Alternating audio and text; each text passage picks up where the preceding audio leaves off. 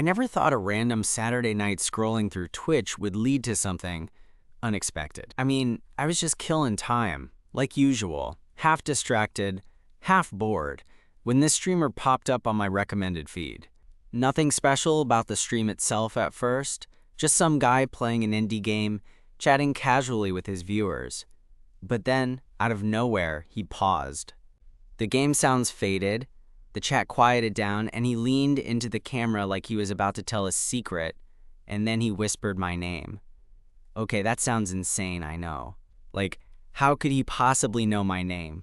But the weirdest part is, it wasn't some generic username or anything. It was my actual full name. I blinked, trying to figure out if I was imagining it or if my headphones had glitched. The chat exploded with confusion and excitement, people asking who he was talking to. And me? I was frozen, half freaked out and half intrigued. Let me backtrack a bit, because this whole thing didn't start with some creepy stalker vibe. I'm just a regular guy working a 9-to-5 in marketing, living alone in my small apartment in the city. Twitch is my go-to escape when the day's been long or when I just want background noise while I'm cooking or working on my side projects. I don't usually get into any streamers, but this guy, his name's Jamie, felt different. He had this easy charm, like he wasn't putting on a show, but just being himself. His laugh was infectious, and he wasn't shy about sharing little bits about his life. Stuff about his dog, his crappy apartment, how he was trying to make it as a graphic designer. I caught the stream about 30 minutes in, and I was thinking about just clicking away because, honestly, I'd seen countless streams just like this one. But something about Jamie's energy kept me there. Then came that whisper. After he said my name, he quickly smiled, like he realized what he'd done. "Sorry, that was weird," he said, brushing it off. But the moment stuck with me. I tried to shake it off. Maybe it was a coincidence, right? Maybe he was reading from the chat and someone had typed my name just before. But I checked the chat replay, and no one had mentioned me. Or at least, not exactly as I do. I ended up messaging him after the stream, something like, "Hey, did you just whisper my name on stream?" Expecting some good-natured joke or a weird glitch explanation. Instead, he replied almost immediately. "Yeah, I did. Don't freak out, but I think I know you." And that's when things started getting complicated, because Jamie wasn't just some random internet stranger. As it turns out, we had crossed paths before, years ago, in a way I didn't expect. And suddenly, a thread from the past was unraveling right in front of me, all starting with a quiet whisper on a live stream. I still can't believe how quickly a simple Saturday night spiraled into this. If I'm honest, I don't even know where it's going next. But I do know this. Sometimes, when you least expect it, something or someone shows up and changes everything. And for me, that someone is Jamie. I didn't sleep much that night, staring at my phone like some kind of idiot, waiting for Jamie's next message. When it came, my heart skipped a beat. "Do you remember that summer at the lake house? 2015? I blinked. The lake house? That was 6 years ago. I hadn't even thought about that summer in ages. But yeah, I remembered. I'd spent that summer working at a small local cafe, a getaway from everything, and there was this kid, quiet, shy, always sketching in his notebook. We never really talked much, but I remembered him because he reminded me of myself, like we were both a little out of place. And yeah, now I realized that kid was Jamie. Wait, I typed back, trying to keep my tone casual. "You're Jamie? The guy from the lake house?" "Guilty," he replied instantly, along with a little laughing emoji. I could hardly believe it. Of all the people on Twitch, my lazy Saturday scroll led me back to someone I'd barely known but somehow never forgotten. We started texting after that. First just small talk, catching up on the last 6 years, filling in the gaps. Jamie had moved to the city a couple of years after that summer, chasing his dream to be a graphic designer. But life hadn't been easy. He'd been bouncing between gigs, couch surfing with friends, and trying to keep his Twitch channel alive as a side hustle. I told him about my job, my apartment, the usual. But something felt different this time. It wasn't just polite catching up. It was like we had a thread between us, something familiar, but waiting to be picked up. A few days later, Jamie invited me to one of his live streams. This time, no whispers, just his usual laid-back vibe. I watched for a while, and we chatted in the stream's chat box. At some point, he asked me to jump on a voice call, just to talk. That scared me more than I want to admit. I'm not great at voice calls, especially with people I haven't talked to in years. But I agreed. When we finally talked, hearing his voice was weirdly comforting. It was the same as I remembered, but deeper, more confident. We fell into an easy rhythm, talking about everything and nothing. He told me about the struggles of trying to build a creative career, and I shared my own frustrations at feeling stuck in marketing. It was one of those conversations that stretched past midnight, and when we finally hung up, I felt like I'd made a real connection. Not just an old acquaintance catching up, but something more. Over the next few weeks, we kept talking every day. Jamie's streams became part of my routine, and I started thinking about him when I wasn't watching.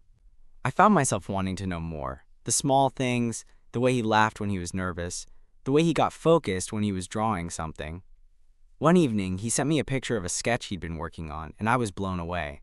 It was a portrait of me, not perfect, but raw and honest, like he'd captured something real. "Did you draw this?" I asked, my heart pounding. "Yeah," he said.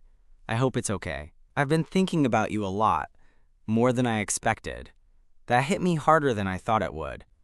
I'd always kept my feelings locked away, afraid of messing things up or getting hurt. But suddenly, the idea of Jamie thinking about me felt like a spark, a possibility. I told him how I felt, hesitating over every word. To my surprise, he didn't back away. Instead, he said he'd been feeling the same way for a while but didn't know how to say it. That's when things started to get real. We talked about meeting up, about whether this could go beyond late-night texts and streams. It felt terrifying and thrilling all at once. The first time we met in person after that was at a small coffee shop near my apartment. I was nervous, pacing a little outside before he arrived. When Jamie showed up, smiling like he'd just been waiting for me his whole life, I knew this was something special. We talked for hours, laughing and sharing stories. The awkwardness faded quickly, replaced by something warm and easy. For the first time in a long time, I felt like I'd found someone who saw me, really saw me. As we walked out into the cool night air, Jamie reached out and took my hand. It felt natural, like it had always been meant to be. Looking back, it's crazy how a single whispered name on a live stream could bring us back together. But I guess sometimes life surprises you when you least expect it. And sometimes those surprises turn out to be exactly what you've been waiting for. After that night at the coffee shop, things between Jamie and me started moving almost too fast, but in a way that felt natural, like we were making up for lost time. We spent more and more evenings together, sometimes just chilling in my apartment, sometimes wandering the city streets, talking about everything from our dreams to dumb old movies we loved. One night, about a week after we first met up, we were sitting on my couch, both of us nursing lukewarm coffee, when Jamie suddenly looked at me with this intensity that made my stomach twist. "Do you ever wonder how different things would be if we'd met back then?" he asked quietly, his eyes searching mine. I shrugged, but honestly, yeah, I did. That summer at the lake house felt like a lifetime ago, but maybe if we'd spoken more then, things might have been different. Maybe we wouldn't be here, awkwardly navigating this new territory now. Sometimes, I admitted, but I'm glad it's now. I mean, we found each other again, right? He smiled, but there was something vulnerable in his gaze. Yeah, I guess. But part of me still wonders why it took a live stream and me whispering your name for us to reconnect. Like, what was that about? I thought about it. Maybe it was fate, or maybe just a coincidence that felt like fate. But I told him, maybe you were trying to reach out in your own way, like a signal. Jamie laughed softly. A signal, huh? Well, I'm glad it worked. That night, we stayed up talking until the early hours, and when he finally left, I realized how much I didn't want the night to end. But real life was complicated. Jamie's Twitch channel was his lifeline, but it also made him vulnerable. He'd opened up to me in ways I hadn't expected, but I knew there were parts of his life he was still guarded about. A few days later, I caught a glimpse behind the curtain. Jamie invited me to watch a new stream he was doing. This time, it was a Q&A session where he was opening up about his struggles with anxiety and self-doubt. Watching him talk so honestly, I felt this surge of respect and tenderness. After the stream, I messaged him privately. "That was brave," I wrote. He replied, "Thanks. I'm trying to be more real with people, including you." That message warmed me more than I expected. For a moment, I wondered if I could be the one to help him through some of that darkness. But then, a few days later, I noticed something was off. Jamie was quieter, slower to reply, and sometimes he'd cancel plans last minute. When I asked, he'd say, "Just tired," or "work stuff," but I could tell there was more. One night, I decided to confront it gently. "Hey, you've seemed kinda distant lately. Everything okay?" There was a pause before he replied. "I'm sorry. I didn't want to bring you into it, but it's been rough. Some old stuff resurfacing." I wanted to ask more, but I didn't want to push, so I just said, "I'm here if you want to talk." That seemed to mean a lot to him. Over the next few days, he started opening up, telling me about some of the things he'd buried. Pain from family issues, struggles with feeling like he didn't belong. It hit me hard. I knew what it was like to carry that weight alone. I wanted to be the person who helped him carry it. One evening, after a long conversation, Janie sent me a message that made my heart stop. "Can we meet? I need to see you." I dropped everything and went over to his place. When I got there, he was sitting on the couch, looking vulnerable but relieved to see me. We just sat there for a while, no words needed. Then, slowly, he reached out and took my hand. "I'm scared," he admitted, "of all of this, of trusting someone again." I squeezed his hand. "Me too, but maybe we don't have to do it alone." That night, something changed between us. It wasn't some grand declaration or dramatic moment, but a quiet understanding that we were in this together. Over the next few weeks, we found a rhythm, supporting each other, sharing our fears and hopes. Janie started streaming more confidently, and I felt like I was part of something real. One night, as I was leaving his apartment, he pulled me in close and whispered, "Thanks for finding me again."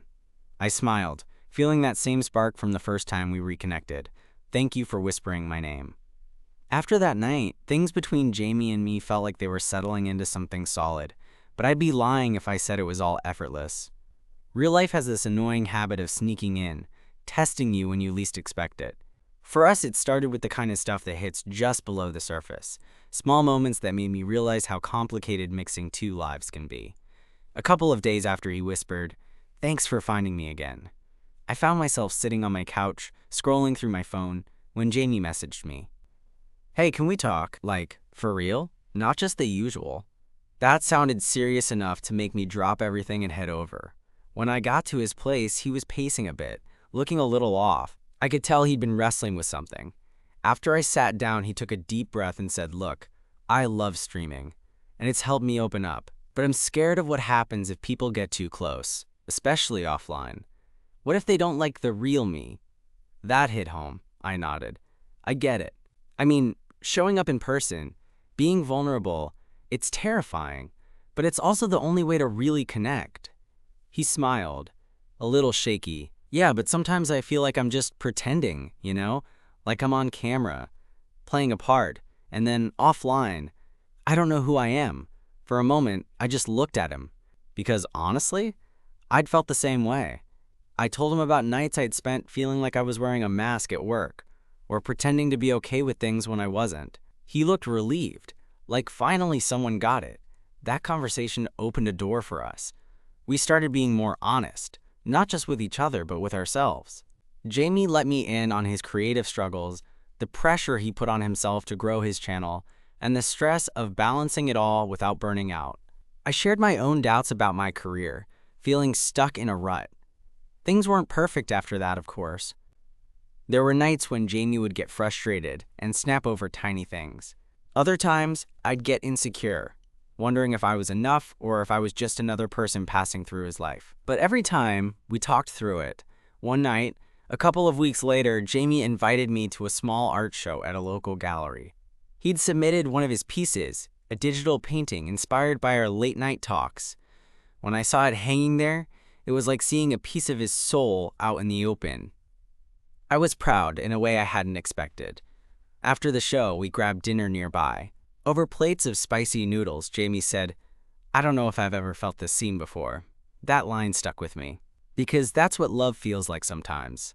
Not fireworks or grand declarations, but the quiet understanding that someone truly sees you, flaws and all.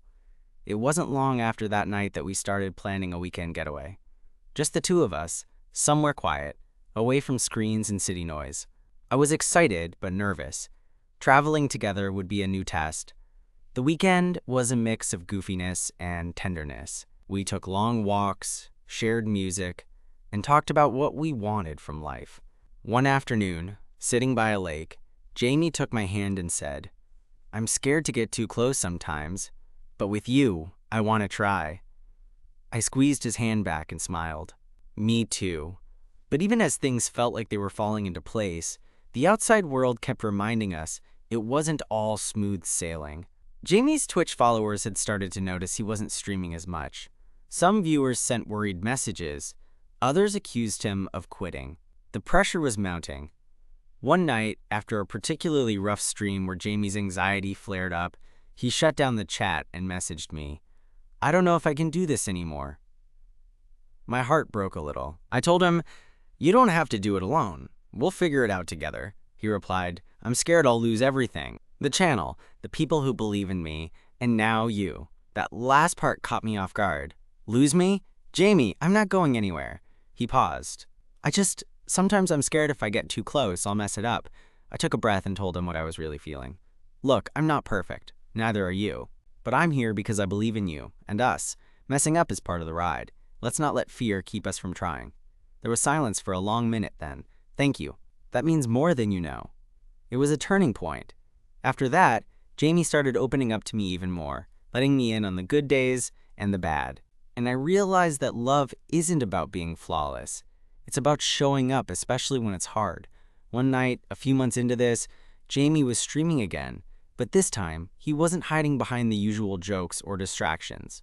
He talked openly about his struggles, about the pressure to be perfect online, and about how having me in his corner made the difference. Towards the end of the stream, he looked right at the camera and whispered, "To whoever's out there feeling lost or scared, you're not alone." Then, after a pause, he smiled and said softly, "And to you, thank you for whispering my name back." I was watching from my apartment, heart pounding, knowing exactly who he meant. That moment felt like everything coming full circle. Sometimes life's twists and turns are messy and scary, but if you're lucky, they lead you right where you're supposed to be. For me, that was right here with Jamie. Whispered names, late night talks, and the messy, beautiful journey of finding someone who sees you. After that stream, something shifted between us in a way that felt both exhilarating and terrifying. Jamie's openness had always been one of the things I admired most about him. But hearing him lay it all out there live, knowing so many people were listening, it made me realize just how much courage he had. And maybe, just maybe, I wanted to be just as brave. A few days later, we were hanging out at his place, sprawled across the floor with takeout boxes and half-drunk beers. The city was buzzing outside his window, but in that moment, it felt like our own little bubble. "I've been thinking," Jamie said suddenly, staring at the ceiling, "about what I said on stream. About feeling lost and scared." I turned to look at him. "Yeah?" He blinked, then smiled sheepishly. "I want to do more of that. More honesty, more putting myself out there. But it's scary. Like, what if people don't get it? What if they judge me?" I shrugged, trying to sound more confident than I felt. "People will always judge. The trick is finding the ones who get you, and screw the rest." Jamie laughed, the sound warm and familiar. "You always know what to say to make me feel better," I smirked. "Yeah, well, that's what I'm here for." We sat in comfortable silence for a bit. Then I surprised myself by asking, "Have you thought about what you want from us? Like, not just this hanging out and texting thing, but where we're headed."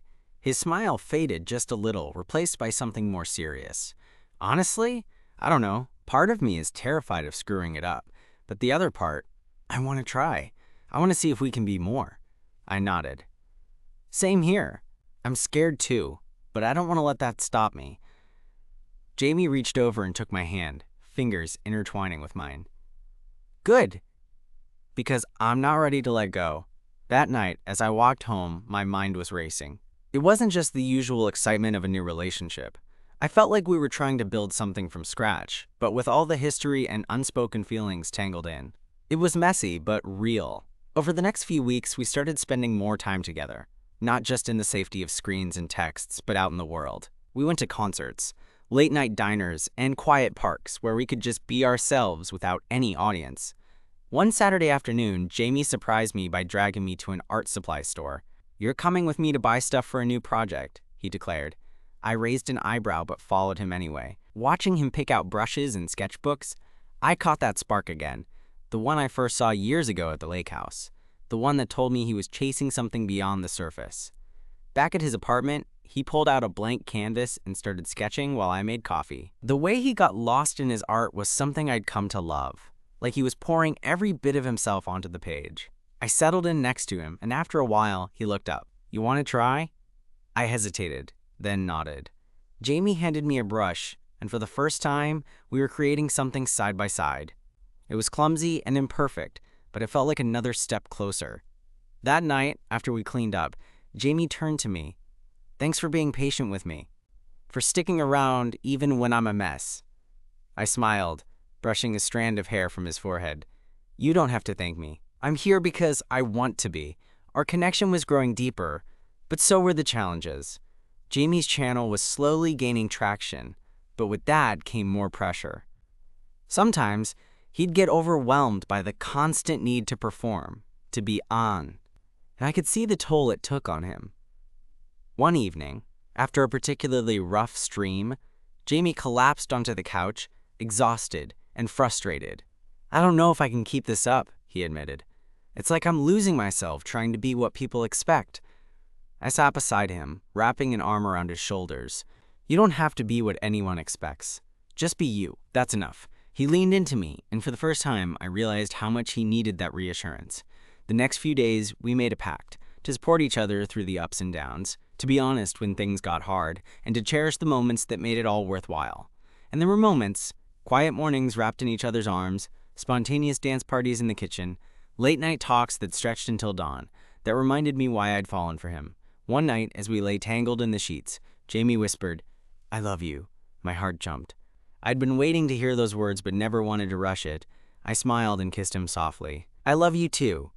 It felt like the beginning of something real, not perfect, but ours. And as we drifted off to sleep, I knew that whispering each other's names was just the start of a story neither of us expected, but both of us needed. Saying "I love you" felt less like a grand finale, and more like opening a door to a whole new room, one neither of us had dared to enter before. After that night, everything seemed charged with this new kind of electricity, a mixture of excitement and uncertainty. I was suddenly hyper-aware of how much I cared about Jamie, and at the same time, terrified of what loving someone this deeply could mean. For a while, we floated on that high. Every text, every glance, every touch carried this new weight and sweetness. But life, being life, wasn't about to let us coast for long. About a month after that, Jamie brought up something I hadn't expected. Moving in together. We were sitting on his couch, the late-night city hum outside the window, and he just blurted it out. "I've been thinking, maybe it's time we stop doing this long-distance shuffle between our places," he said, his voice softer than usual. "What if you moved in?" I blinked, caught off guard. It wasn't just about logistics. It felt like a huge leap. The thought of merging our lives more completely was thrilling, but terrifying. "I don't know," I admitted. "It's a big step." He smiled, that easy, reassuring smile I'd come to love. "Yeah, it is, but it feels right. Don't you think?" I nodded slowly. "I want to, but I'm scared. What if it messes everything up?" Jamie reached over and took my hand. Nothing worth having is without risk. We spent the next few days talking it over again and again, weighing fears and hopes. The more I thought about it, the more it felt like the right move. The next chapter. So, a few weeks later, I packed a bag and moved into Jamie's place. Living together was an adjustment. We had different habits, different routines, and at first I was hyper aware of every little quirk. He was a night owl. I was more of a morning person. He liked to keep his art supplies sprawled everywhere. I liked a bit more order. But with every bump, we learned a little more about each other. How to compromise, how to laugh at the little things that might have annoyed us before. One night, after a long day at work, I came home to find Jamie working on his latest stream setup. The room was scattered with cables and lights, and he looked up, exhausted but smiling. "Hey," I said, dropping my bag. He grinned. "You're home." I sat down beside him, and we fell into our usual rhythm, talking, joking, sharing the small moments that made life feel full.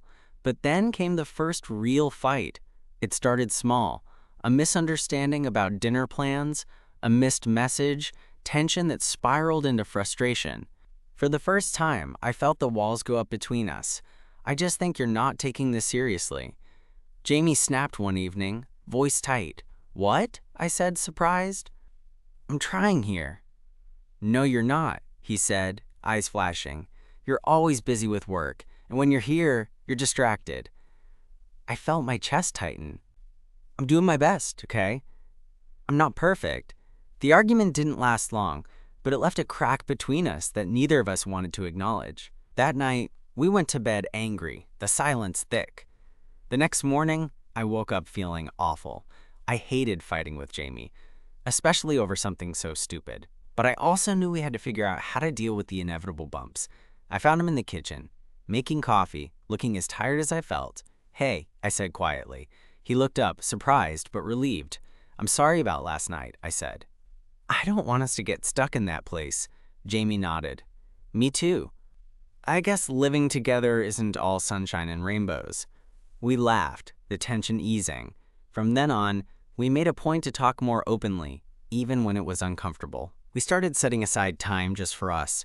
No phones, no distractions, so we could reconnect. One Saturday, we took a day trip to a nearby beach. The sun was warm, the ocean breeze salty, and for the first time in a while, everything felt easy again. We walked along the shore, feet sinking into the sand, talking about the future. Jamie picked up a smooth stone and handed it to me. "Here," he said, "for you, to remind you that even when things feel rough, there's always something solid beneath." I smiled, holding the stone in my palm. It felt heavy in a good way. Back at his apartment that night, as we curled up on the couch, I realized how much we'd grown, not just as a couple, but as individuals learning to navigate the messy parts of love. A few weeks later, Jamie surprised me with tickets to a convention for creators and streamers. It was a big deal for him, and he wanted me to be there by his side. The convention was chaotic and overwhelming, but seeing Jamie light up as he met people who recognized his work was amazing. I felt proud beyond words. That night, back at a tiny hotel room, Jamie turned to me and whispered, "Thanks for being my anchor." I squeezed his hand. "Always." Looking back, I realized love isn't about flawless beginnings or perfect days. It's about showing up when it's hard, being honest when it's scary, and choosing each other again and again. And yeah, I still think about that night when he first whispered my name on a live stream, how it led us here, through uncertainty, laughter, tears, and love. Sometimes a whisper is all it takes to start a whole new story. A few months after that convention, life settled into a rhythm that felt good, steady, like a song you don't mind hearing on repeat. Jamie and I had grown into living together, learning the little things that made us click, and the things we still needed to work on. There were still moments of frustration, sure, but they felt softer somehow, less like walls, and more like gentle nudges reminding us to try a little harder. One evening, we were sitting on the fire escape outside his apartment, sharing a bottle of cheap wine under the city lights. Jamie pulled his sketchbook onto his lap and started drawing absent-mindedly while I listened to the hum of the street below. "Remember that stone you held at the beach?" he asked without looking up. I nodded. "Yeah. Why?" He smiled, his eyes catching the light. "I drew a new piece inspired by it, something to remind us of the solid parts we hold on to when things get messy." He flipped the sketchbook around, showing me a simple but beautiful line drawing, a pair of hands holding a smooth, round stone. It wasn't perfect, but it was honest and full of meaning.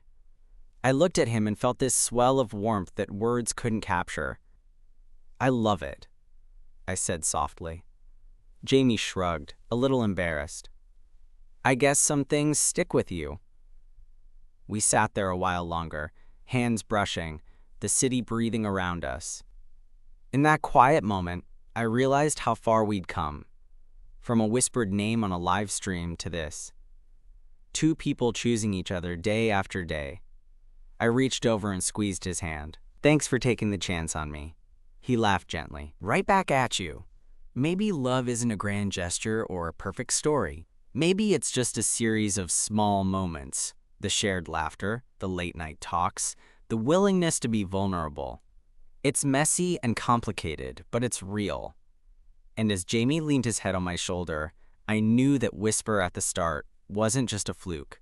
It was the beginning of something worth holding on to, a quiet promise that sometimes, when you listen closely, life will whisper your name just when you need it most.